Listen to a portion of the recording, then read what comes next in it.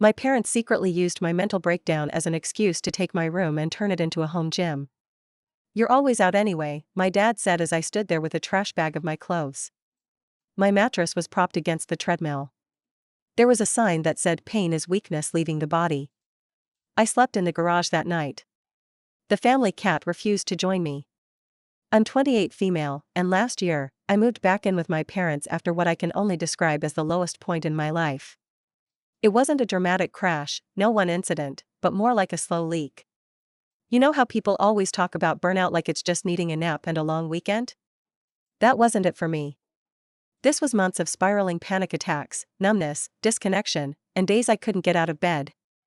I had a good job in Chicago. I lived in Lincoln Park, worked at an ad agency that looked good on paper, and dated a guy who seemed fine until he wasn't. When things started slipping, I tried to keep it together. But when I ended up in the ER one night after feeling like I couldn't breathe, my therapist suggested something drastic. A break. Real rest. Not a vacation, actual space to breathe, reset, and figure out what was wrong with me. That's how I ended up back in Evanston, Illinois. My childhood home. Beige aluminum siding, tidy shrubs, and the same stiff couch that had been in our living room since 2003. It smelled like lemon-scented Lysol and my mom's favorite cinnamon candles.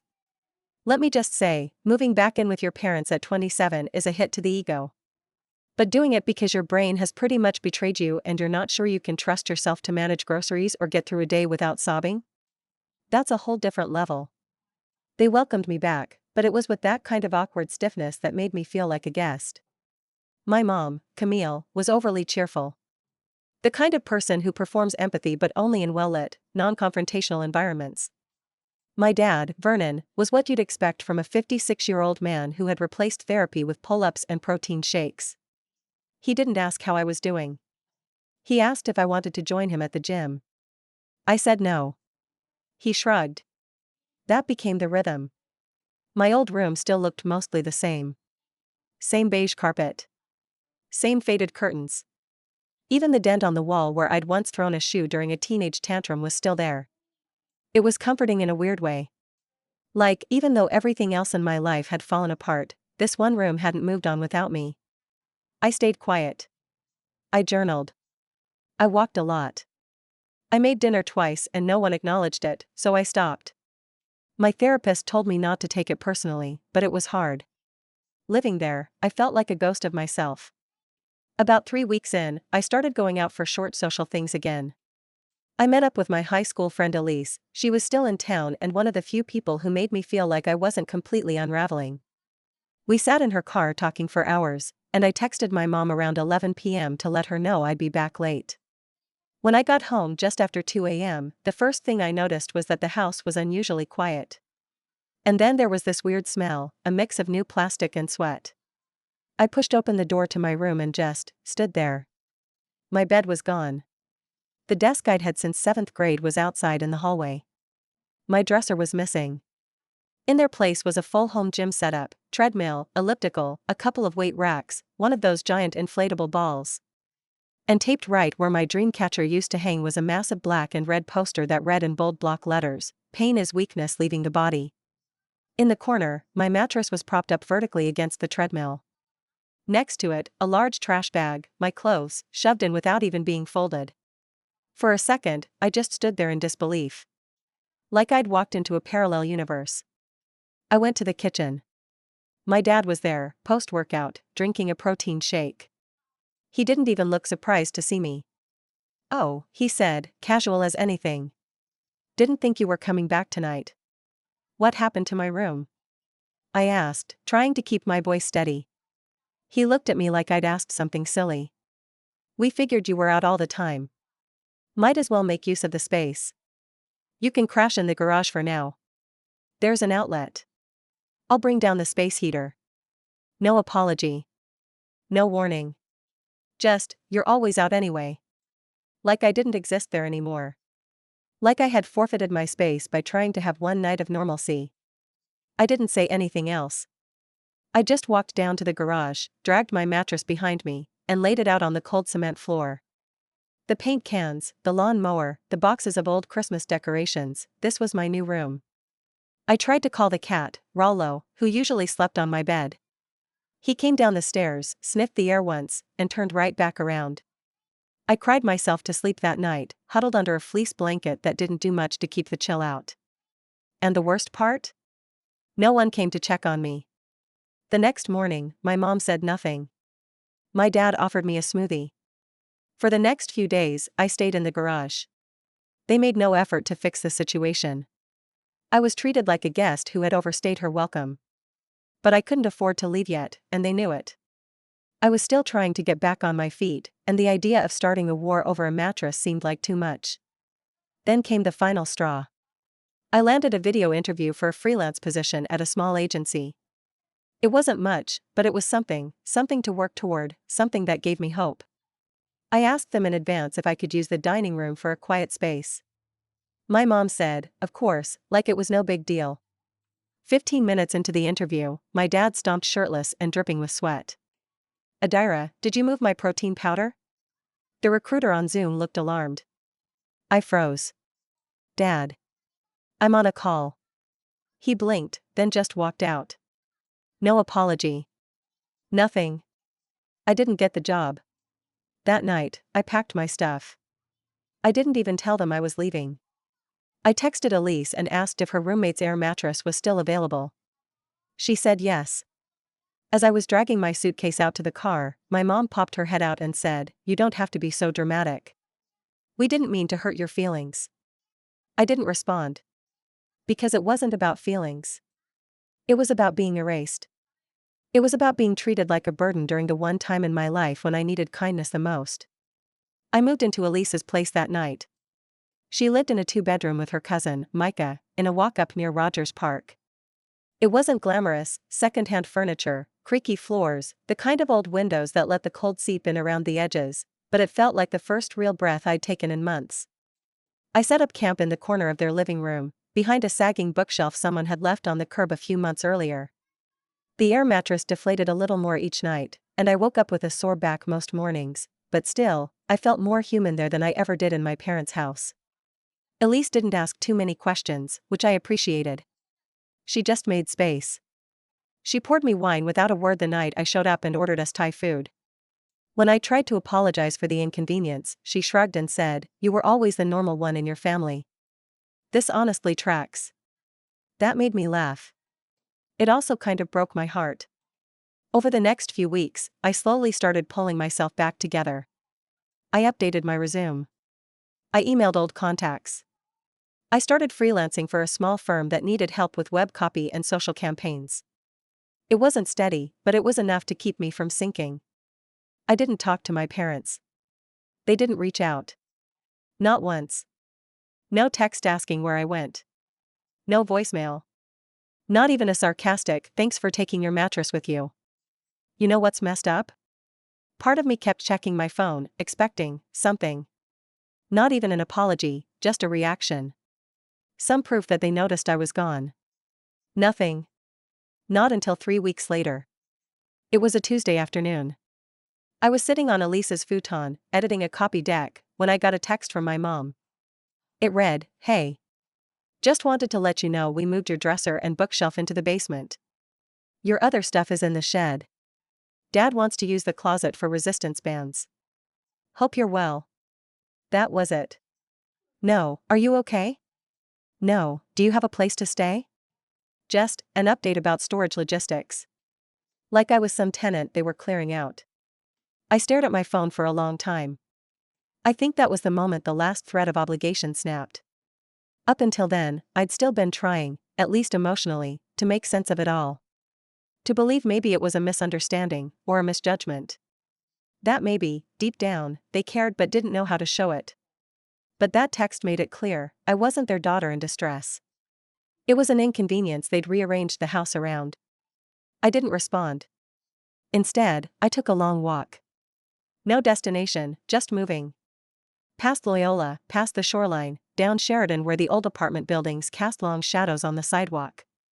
My earbuds in, but no music playing. I don't know how long I walked. I just remember feeling hollow, like someone had scooped me out and filled me with silence. That night, Elise caught me sitting on the floor in the kitchen, eating dry cereal out of the box. "You okay?" she asked, gently. I wanted to say yes. I wanted to say something clever. But I just shook my head and said, "They really didn't love me, did they?" Elise sat down across from me and said, "No, I think they probably did. But not in the way you needed. Not in a way that costs them anything." That stuck with me. Still does. Because that's the thing about love in families, some people think it only counts if it's efficient.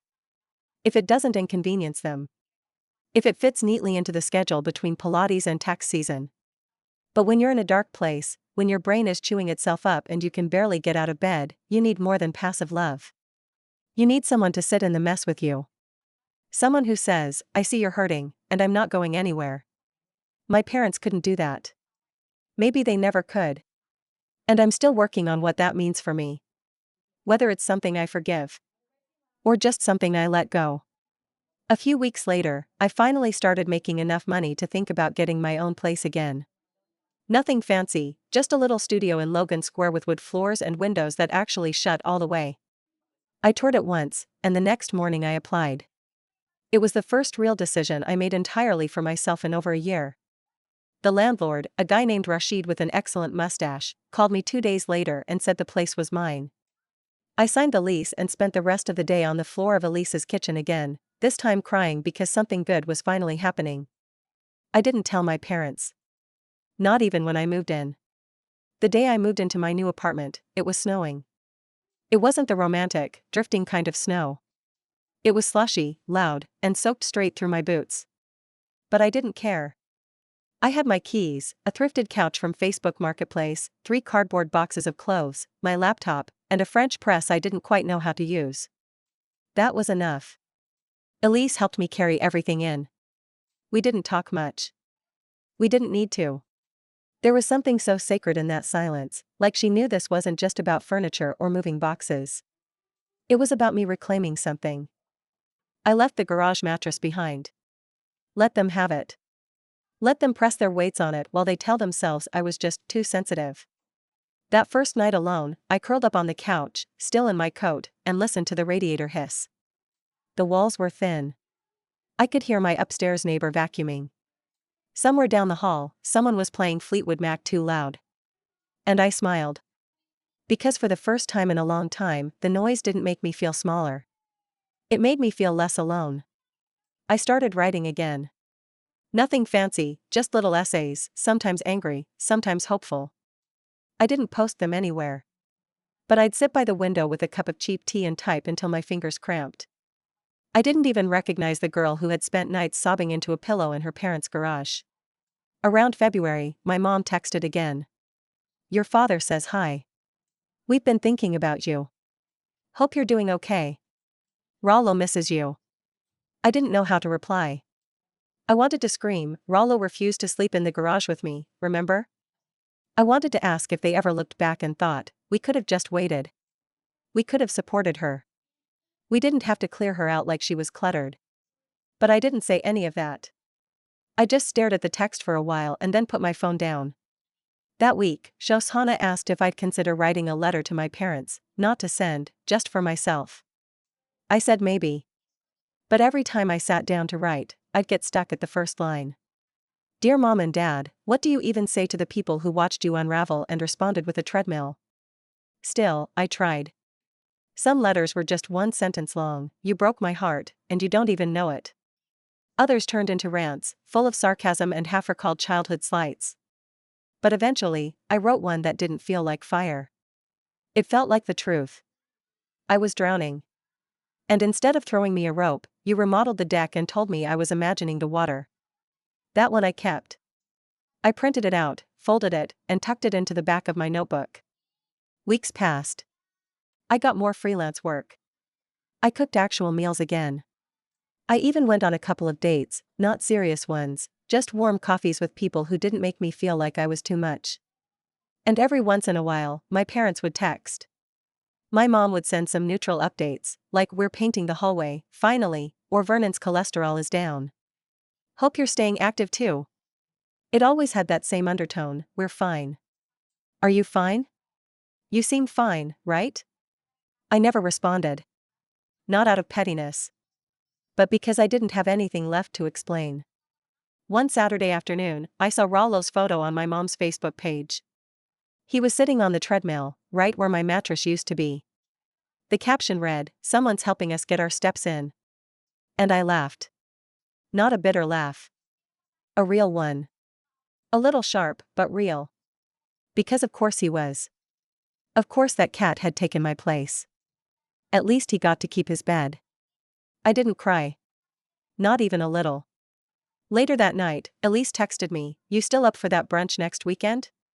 Micah wants to come too, he swears he won't bring up his weird dream journal this time." I replied, "I'm in. But no promises about dream journals. I've got stories too." And I did. Stories I was finally ready to tell. Stories that didn't center around who had hurt me or how badly. Stories about rebuilding. Reclaiming space. Laughing in kitchens. Walking for hours with no destination. Making the first cup of coffee in a place that's finally yours. But even as I moved on, I carried the garage with me. Not as a trauma badge. Not as something to wave around like proof of survival. But as a reminder. A quiet one. Of how much I'd lost. And how much more I was ready to claim. The satisfying part about healing, real healing, is that it's quiet. There's no dramatic music, no final showdown, no slow-motion montage of me confronting my parents in the middle of their overlit kitchen.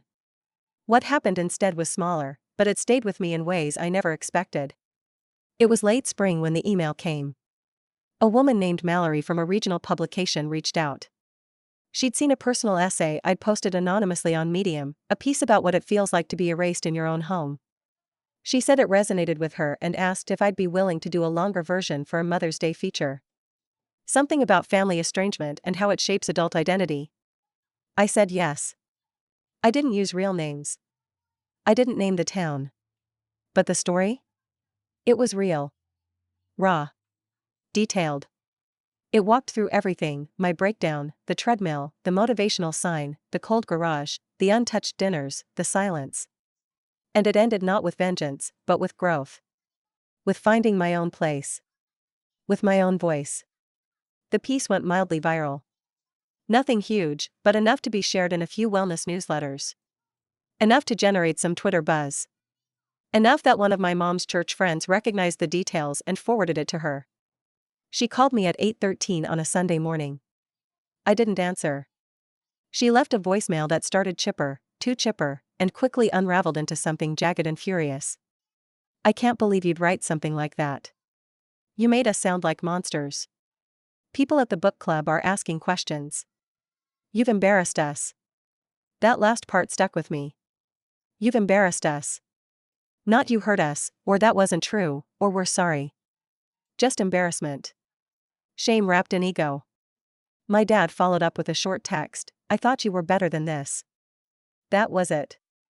That was all they had to say after a year of silence, after exiling me to a garage while I was clawing my way out of the darkest hole I've ever been in. And you know what? That was the moment I knew I'd won. Not because I wanted to hurt them, truthfully, I didn't. Not anymore. But because for the first time, they felt something. They felt the weight of what they did. Not in the way I needed it back then, but in a way they couldn't ignore now. I didn't respond. I didn't need to. A few weeks later, I got a message from a woman I barely remembered, one of those distant cousins you only see at funerals or awkward holiday parties. She'd read the piece too. Her message said, "I always thought it was just me. Thank you for writing this. You gave words to something I've been holding in for years." That one, I replied to. Because that was the real revenge. Not the public shaming, not the passive silence, not even the article. The revenge was that I was finally being seen. And not just seen, but heard. No longer the quiet girl sitting in the garage while her mattress leaned against a treadmill. No longer the daughter trying to earn scraps of affection through compliance. No longer the burden they tried to store away with the holiday decorations and old sports trophies. I was Adira. A writer. A woman with her own apartment, her own rhythms, her own chosen family. I started a blog. Nothing fancy, just a place to keep writing. It grew slowly, organically. People reached out.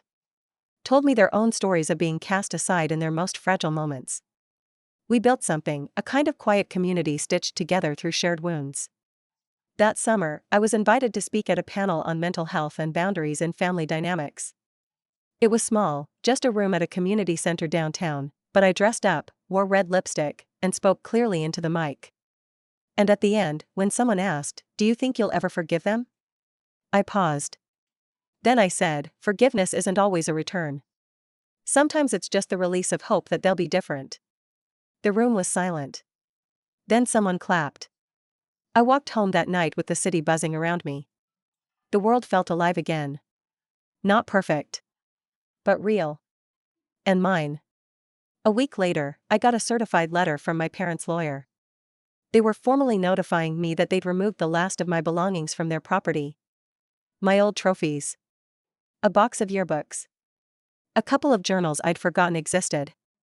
They were in a storage unit in Skokie, prepaid for 3 months. After that, it would be my responsibility. It was their last act of control. Their final, sterilized goodbye. I never picked the boxes up. Let it all go. Let them keep the storage unit, the treadmill, the posters, the silence. I had my story. And they had an empty room with a motivational sign that meant nothing. And that? That was enough.